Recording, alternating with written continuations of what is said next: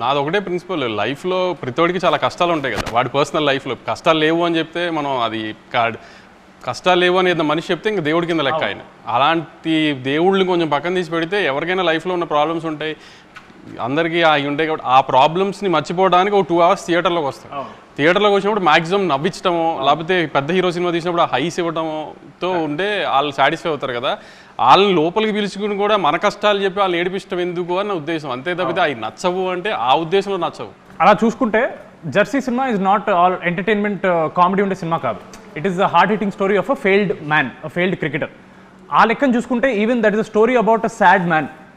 Sad man కాదు, the way we ended గౌతమ్కి Jersey సినిమా కూడా ఇది నన్ను చాలామంది నేను సప్తసాగర్ గురించి అడిగినప్పుడు అన్నారు, జెర్సీ ఎలా ఎండ్ చేశామంటే సన్ వచ్చి ఫాదర్ గురించి మాట్లాడుతున్నప్పుడు నేను చాలా ప్రౌడ్గా చెప్తున్నాను మా నాన్న గురించి, మా నాన్న ఫైట్ చేస్తూ హెల్త్ ఇష్యూ వల్ల ఇలా జరిగింది మా నాన్నకి, అంతే తప్పితే మా నాన్నకి అలా జరిగిందని నేను ఎప్పుడు బాధపడలేదు, మా నాన్న ఫైట్ చేస్తూ ఇది చేసాడు, అలా ఒక ప్రౌడ్ మూమెంట్లో హ్యాపీ ఎండింగ్ చేసాం మనం దానేమో ఒక ఫెయిల్డ్ క్రికెటర్ లాగా, ఒక సక్సెస్ఫుల్ క్రికెటర్ లాగా ఇండియన్ టీమ్కి సెలెక్ట్ అయిన ఒక సక్సెస్ఫుల్ క్రికెటర్ స్టోరీ లానే ప్రొజెక్ట్ చేసి ఎండ్ చేసాం దాన్ని ఒక హ్యాపీ ఎండింగ్తో.